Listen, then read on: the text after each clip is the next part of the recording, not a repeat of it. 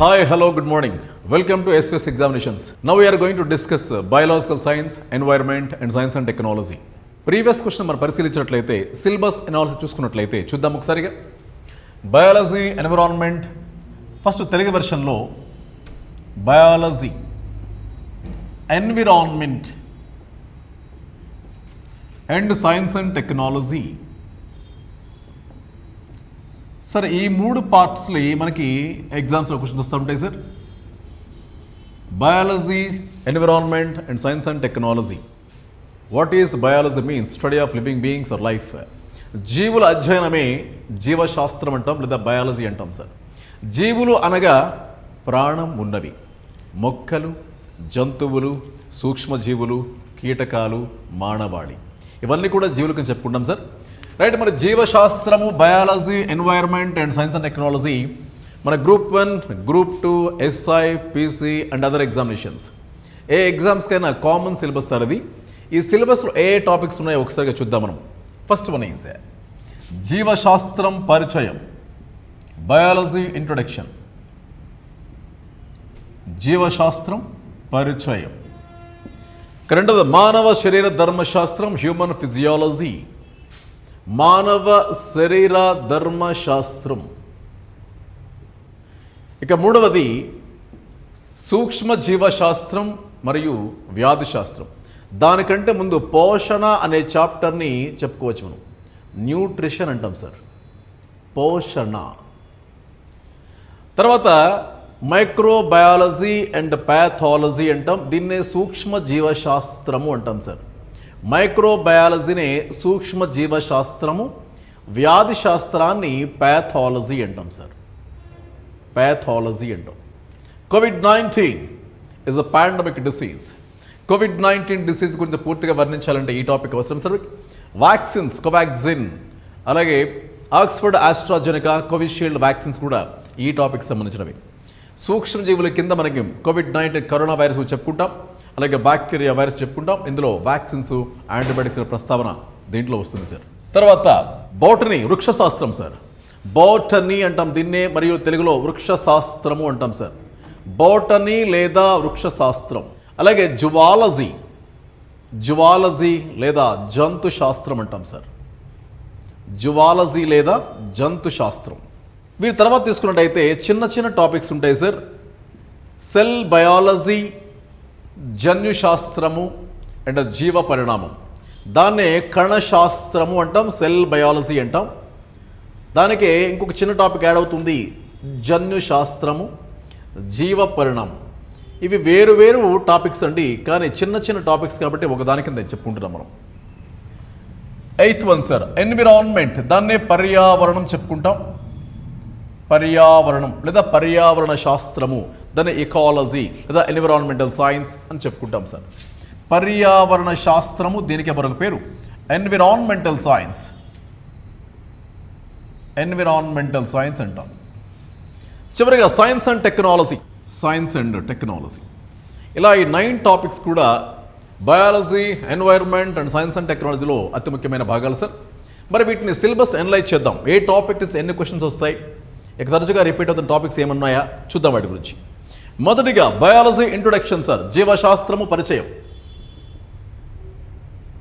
Biology introduction sir. ఈ topic నుంచి గత ఎగ్జామినేషన్స్ వచ్చిన క్వశ్చన్స్ ఏమున్నాయంటే, పక్షుల అధ్యయనం ఏంటి, ఆర్నిథాలజీ అంటాం. మెదడు అధ్యయనం, ఫ్రీనాలజీ అంటాం. పక్షుల గుడ్లు అధ్యయనం, ఊవాలజీ అంటాం. ఊవాలజీ అంటాం. అంటే ఈ టాపిక్లో బయాలజీ అనే పదం ఎలా ఆవిర్భవించింది, అలాగే బయాలజీలో శాఖలు ఏంటి, జీవశాస్త్ర శాఖలు ఏమున్నాయి. సో అటు జీవశాస్త్రం అనే పదం ఏ భాషా పదం, గ్రీకు భాషా పదం. దాన్ని పరిచయం చేసుకుంటాం. ఆ పదం ఎలా ఏర్పడింది, ఎవరు దీనికి, ఎంతమంది శాస్త్రవేత్తలు వీటి మీద ఎక్కువ పరిశోధన చేశారు. అలాగే ఫీల్డ్స్ ఆఫ్ బయాలజీ అండి, శాఖలు. ఇవి ఈ టాపిక్లో ముఖ్య అంశాలండి. అంటే జీవశాస్త్ర పరిచయంలో ముఖ్యమైన పదాలు ఉంటాయి. ఏ భాషను తీసుకోబడింది, ఏ శాస్త్రవేత్తల పుణ్యమాని ఈ టాపిక్ ఏర్పడింది, అసలు జీవశాస్త్రం అనే ఆ టాపిక్ ఎలా, ఆ పదం ఎలా వచ్చింది, దాంట్లో బ్రాంచెస్ ఏంటి, ఫీల్డ్స్ ఏంటి. చూడండి, గత ఎగ్జామినేషన్లో వచ్చిన బిట్లు ఏంటంటే సార్ మనకి యాక్చువల్గా క్వశ్చన్స్ ఎలా వస్తాయి దాని ముందు పరిశీలిద్దాం సార్. సార్ క్వశ్చన్స్ ఎలా వస్తాయంటే మనకి సాధారణంగా మన బిఫోర్ బైఫర్కేషన్ ఎక్కువగా ఎంసీక్యూస్ ఇచ్చేవాడు సార్. ఎంసీక్యూస్ బహుళ ఐచ్ఛిక ప్రశ్నలు అంటాం దాన్ని, మల్టిపుల్ చాయిస్ క్వశ్చన్స్.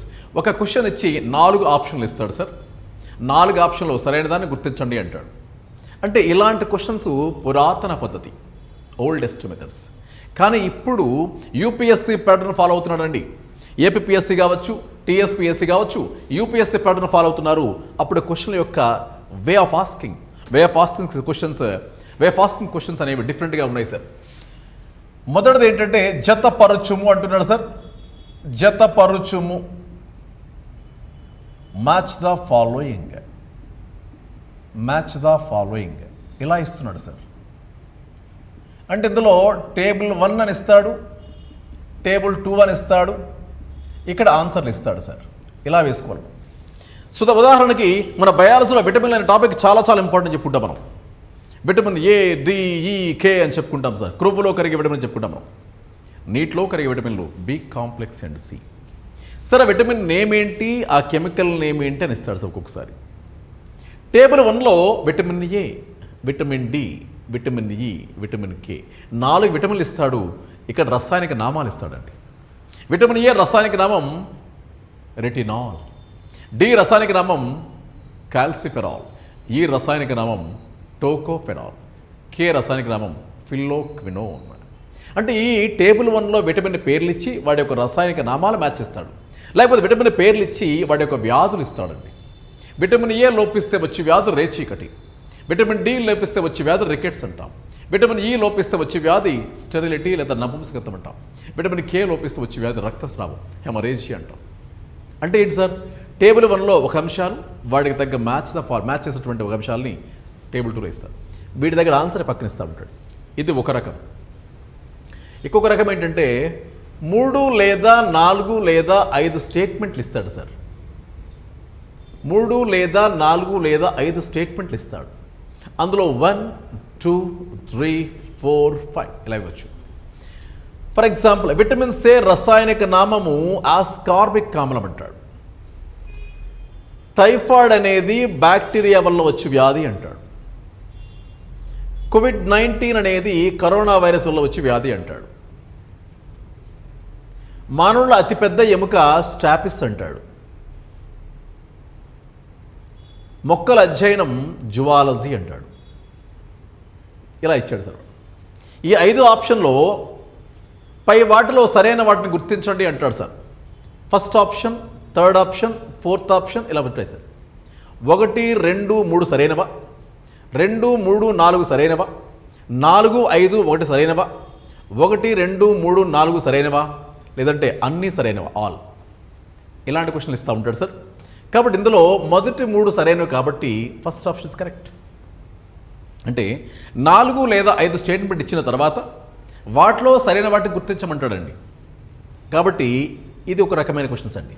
అంటే ఏంటి, 4-5 స్టేట్మెంట్ ఇస్తున్నాడు, దాంట్లో క్వశ్చన్ గుర్తు చేయమంటున్నాడు, ఆన్సర్ గుర్తుపెట్టమంటాడు. కాబట్టి మొదటి రకం మోడల్ ఏంటి ఉన్నాయి, మ్యాచ్ ద ఫాలోయింగ్. రెండో రకం మోడల్ ఏమున్నాయి, 3, 4 or 5 స్టేట్మెంట్ ఇస్తున్నాడు. ఇక మూడవ మోడల్ ఏంటంటే ఎసర్షన్ రీజన్ అండి. అంటే ప్రవచనం కారణం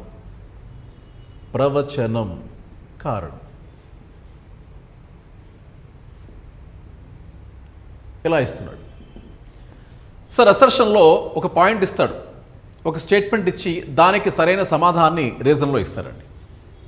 ఇక్కడ ప్రవచనంలో ఒక స్టేట్మెంట్ ఇచ్చి దానికి సరైన సమాధానం రీజన్లో ఇస్తాడు, లేకపోతే ఇవ్వడు. ఇచ్చినప్పుడు ఆప్షన్ 1, ఆప్షన్ 2, ఆప్షన్ 3, ఆప్షన్ 4 ఉంటాయి.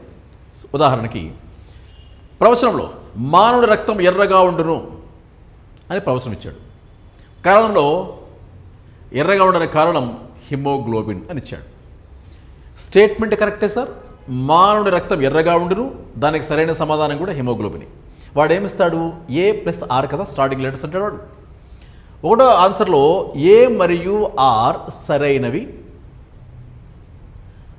R అనేది ఏకి సరైన సమాధానం అని ఇస్తాడు. A మరియు R సరైనవి, R అనేది ఏకి సరైన సమాధానం కాదంటాడు. ఒకవేళ స్టేట్మెంటు అంటే ఏ అనేది రైటు, ఆర్ అనేది తప్పు అంటాడు. ఏ అనేది తప్పు, ఆర్ అనేది రైట్ అంటాడు. అంటే ఇందులో మనకేంటి, మానవుని రక్తం ఎర్రగా ఉంటుంది, ఇది కరెక్టే కదా సార్. ఆ రక్తం ఎర్రగా ఉన్న కారణం హిమోగ్లోబిన్, అది కూడా కరెక్టే కదా సార్. అంటే ఏ మరియు ఆర్ సరైనవి. రక్తం ఎర్రగా ఉండడానికి గల కారణం హిమోగ్లోబిన్. అంటే first one is the correct answer sir. ఇలాంటి క్వశ్చన్లు కూడా వస్తున్నాయి సార్. జతపరచం ఒక రకమైన క్వశ్చన్లు అండి. 3 లేదా 4, 5 స్టేట్మెంట్ ఇస్తున్నాడు, ఇదొక రకమైన క్వశ్చన్లు అండి.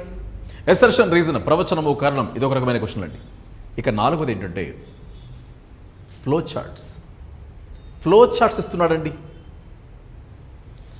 ఫ్లో చార్ట్స్ అంటే ఉదాహరణకి ఏపీపీఎస్సీలో గత ఒక ఎగ్జామినేషన్లో, రీసెంట్గా ఎగ్జామినేషన్లో రక్త ప్రయాణ మార్గం అడిగాడు సార్. రక్త అంటే పాత్వే ఆఫ్ బ్లడ్ సర్క్యులేషన్, రక్తం ఎలా ప్రయాణించింది అనే క్వశ్చన్ అడిగాడు సార్. ఫర్ ఎగ్జాంపుల్, ఊపిరితిత్తులో రక్తం శుద్ధి చేయబడి గుండెకు వస్తుందండి, గుండె నుంచి మళ్ళీ శరీర భాగాలకు వస్తుంది, శరీర భాగాల నుంచి మళ్ళీ గుండెకు వస్తుంది, మళ్ళీ గుండె నుంచి మనకి ఊపిరితిత్తులకు వస్తుంది. మళ్ళీ చెప్తున్నా సార్, ఊపిరితిత్తుల్లో రక్తము శుద్ధి చేయబడి గుండెకి వెళ్తుంది, గుండె నుంచి మళ్ళీ దేనికి వెళ్తుంది, శరీర భాగాలకి, శరీర భాగాలు వాడుకున్న తర్వాత మళ్ళీ గుండెకే వస్తుంది, గుండె నుంచి మళ్ళీ శుద్ధి చేయడం కోసం మళ్ళీ ఊపిరితిత్తులకే వస్తుంది. అంటే ఏంటి ఇక్కడ వాస్తవానికి చెప్పుకుంటే, అంటే 4 రకాల క్వశ్చన్స్ ఎలా ఉన్నాయి సార్, ఫ్లో చార్ట్స్ అంట వీటినే సార్, ఫ్లో చార్ట్స్.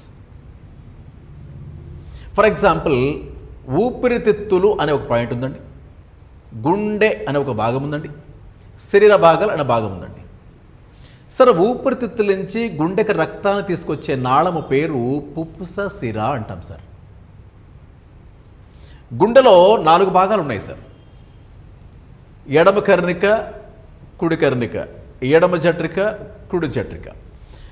ఊపిరితిత్తుల నుంచి వచ్చే రక్తము గుండెలో ఎడమ కర్ణికలో వస్తుంది, తర్వాత ఎడమ జఠరికలోకి వస్తుంది, అంటే ఎడమ కర్ణికలోకి వచ్చిందండి, ఆ తర్వాత ఎడమ జఠరికలోకి వచ్చిందండి, అక్కడి నుంచి శరీర భాగాలకు వస్తుంది. దేని ద్వారా, మహాధమని, మహాధమని అంటాం సార్. అక్కడి నుంచి మళ్ళీ శరీర భాగాలకి. గమనించారా, ఊపిరితిత్తుల నుంచి పుప్పుసిర, పుప్పుసిర నుంచి ఎడమ కర్ణిక, తర్వాత ఎడమ జఠరిక, తర్వాత మహాధమని, శరీర భాగాలు. అంటే ఏంటి సార్, ఇక్కడ ఇలా ఫ్లో చార్ట్ వేసుకోవచ్చా, ఊపిరితిత్తులు, పుప్పుస సిర, ఎడమ కర్ణిక, ఎడమ జఠరిక, మహాధమని, చివరికి శరీర భాగాలు. ఇది ఒక ఫ్లో చార్ట్ అండి. అంటే శరీర మార్గాన్ని గుర్తించండి, ఇది ఒక ఆప్షన్లో ఉంటుందండి. ఇంకొక ఆప్షన్ వాడేమిస్తాడు, ఊపిరితిత్తుల నుంచి పుప్పుస సిర ఇవ్వకుండా పుప్పుస ధమని ఇస్తాడు సార్, మిగతా అన్ని యాసిడ్స్కి ఇస్తాడు. ఇంకొక ఆప్షన్లో ఊపిరితిత్తుల నుంచి పుప్పుస సిర ఇచ్చిన తర్వాత ఎడమ కర్ణిక ఇవ్వకుండా కుడి కర్ణిక ఇస్తాడు సార్. ఇవి రాంగ్ ఆప్షన్స్. సరైన ప్రవాహ మార్గాన్ని, సరైన ఫ్లో చార్ట్ని గుర్తించండి అంటే మన కాన్సెప్ట్ గుర్తుండాలి సార్. అంటే ఇవి కాన్సెప్ట్ బేస్డ్ క్వశ్చన్ అండి ఫ్లో చార్ట్స్ అనేవి. అయితే ఇలాంటి క్వశ్చన్స్ని మనం ఎలా చేస్తాం అంటే, కేవలం యూపీఎస్సీ ఆర్గనైజేషన్లో ఉన్న క్వశ్చన్స్ మాత్రమే మనం చదవగలగాలి. ఇంగ్లీష్ మీడియంలో క్వశ్చన్ మనకు అర్థమవుతాయా, అర్థం కావు. ఇంగ్లీష్ మీడియం చెప్పగలిగిన అలాంటి ఫ్యాకల్టీ ద్వారా మీకు తెలుగు మీడియం బిట్లు చెప్పగలుగుతాం మేము. అంటే ఇంగ్లీష్ మీడియం, తెలుగు మీడియం రెండూ బోధించగలిగే ఫ్యాకల్టీ ఉంటే మీకు కొంత సౌలభ్యంగా ఉంటుంది. ఇంగ్లీష్ మీడియం బుక్స్లో ఉన్న బిట్లనే తెలుగు మీడియం డబ్ చేయడం జరుగుతుంది, కాబట్టి అలాంటి బిట్లు మీకు చెప్పడం జరుగుతుంది. చూడండి సార్ ఇక్కడ.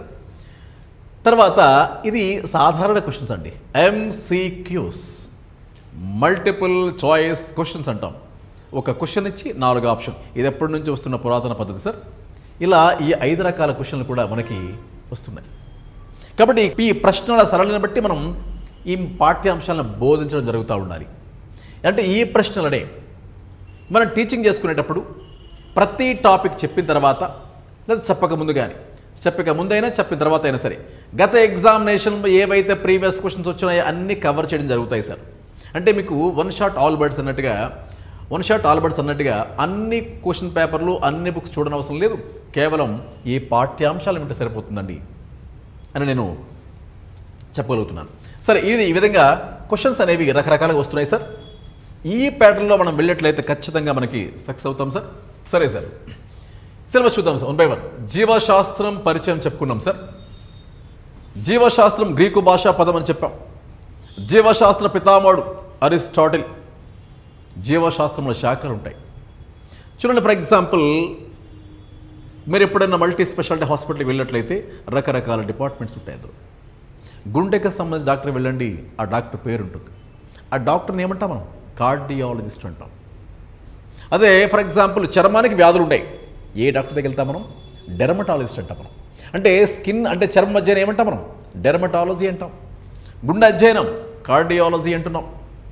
అలాగే ఎముకలు ఇరిగిపోతుంటే యాక్సిడెంట్లో బాగు చేయడానికి వెళ్తాం ఆర్థోపెడిషన్ దగ్గర. ఆర్థో అంటే కీళ్ళు, పొడ అంటే కాళ్ళండి.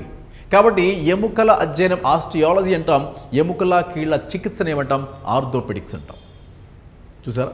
అంటే రకరకాల డిపార్ట్మెంట్స్ అనేవి మనం ఈజీగా చెప్పొచ్చు మనకి. క్లియర్? అవి జీవశాస్త్రము శాఖలు. ఇది ఒక ఇంపార్టెంట్ పాయింట్ సార్.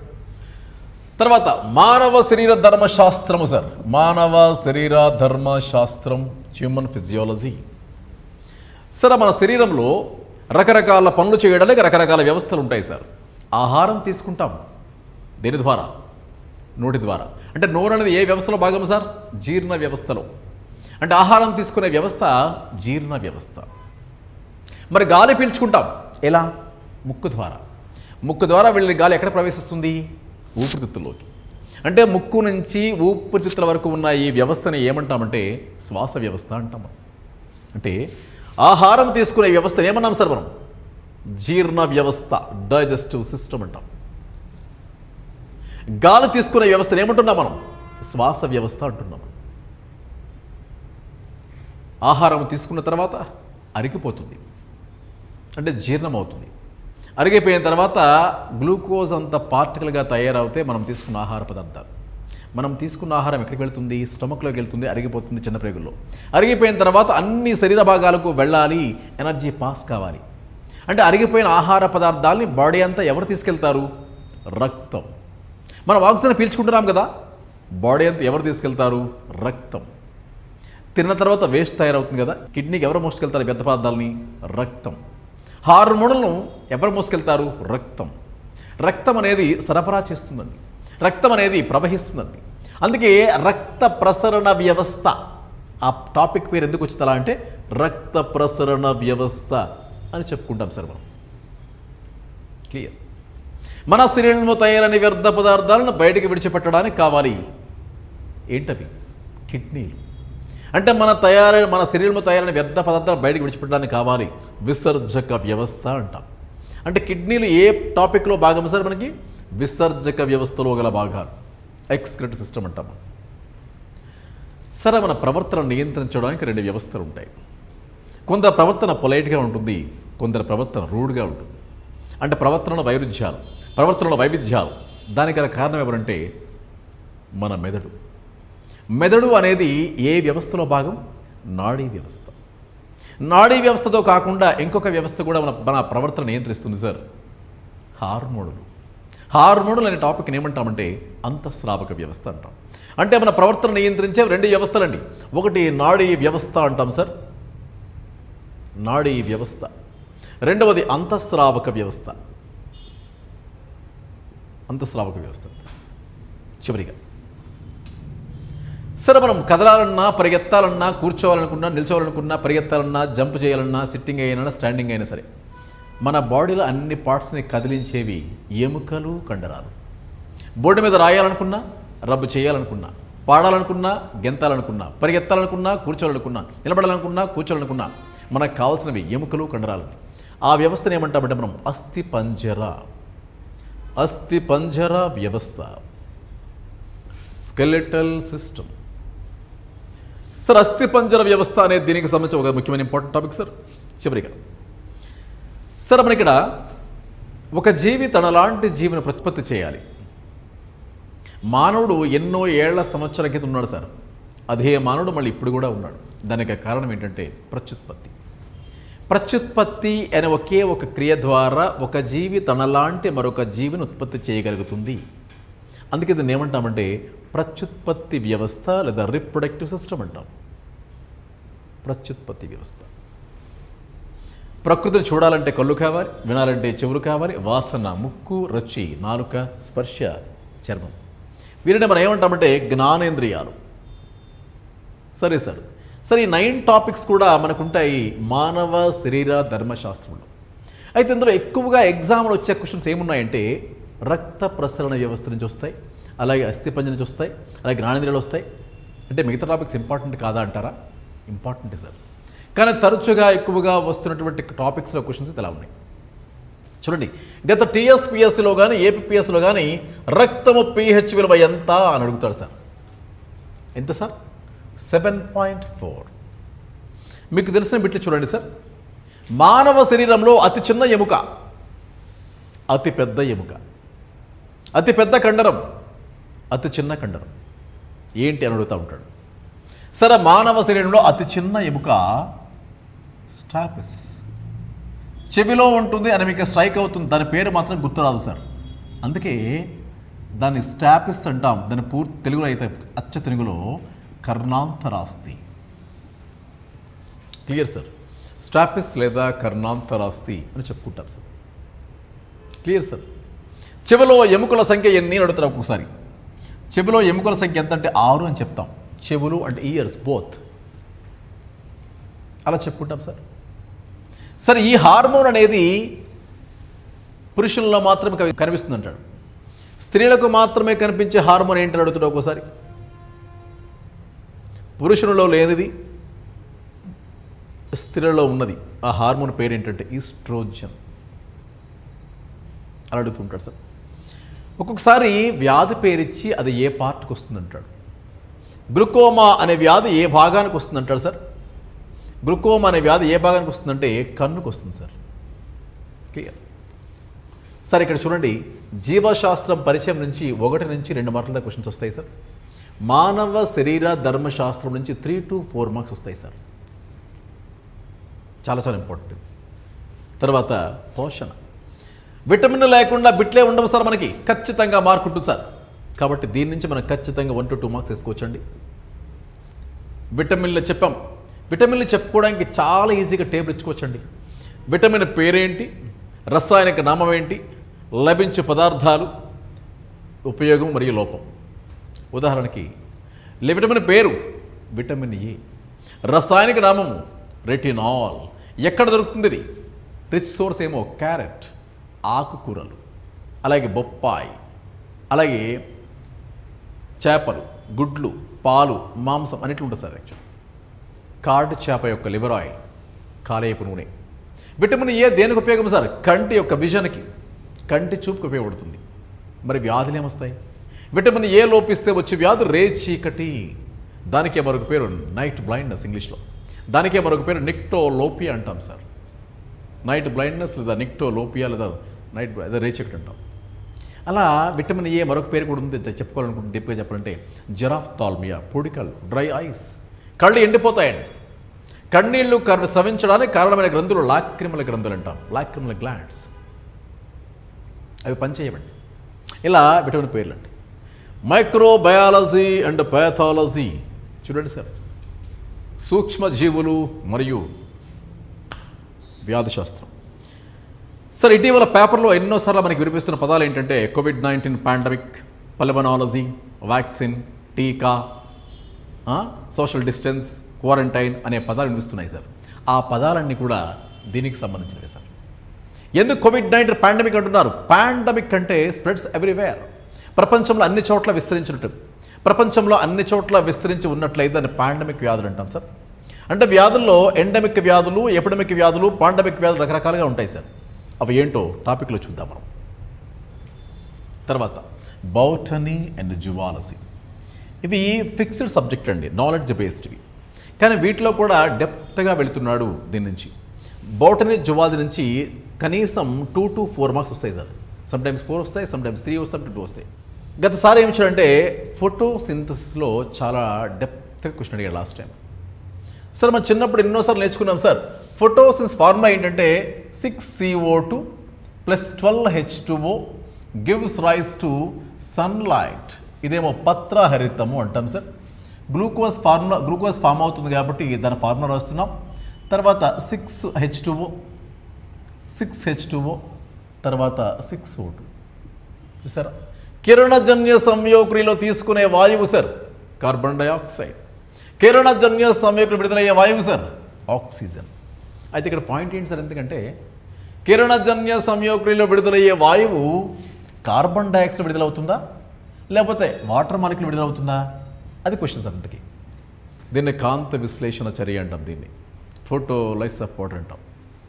అంటే కిరణజన్య సంయోగక్రియలో విడుదలయ్యే ఆక్సిజన్ మాలిక్యూల్ అనేది కార్బన్ డైఆక్సైడ్ల మాలిక్యూలా, వాటర్ మాలిక్యూలా, ఆక్సిజన్ మాలిక్యూలా? ఆన్సర్ అంటే వాటర్ మాలిక్యూల్స్. ఇది ఆన్సర్ అండి, అది లాజిక్. జువాలజీ.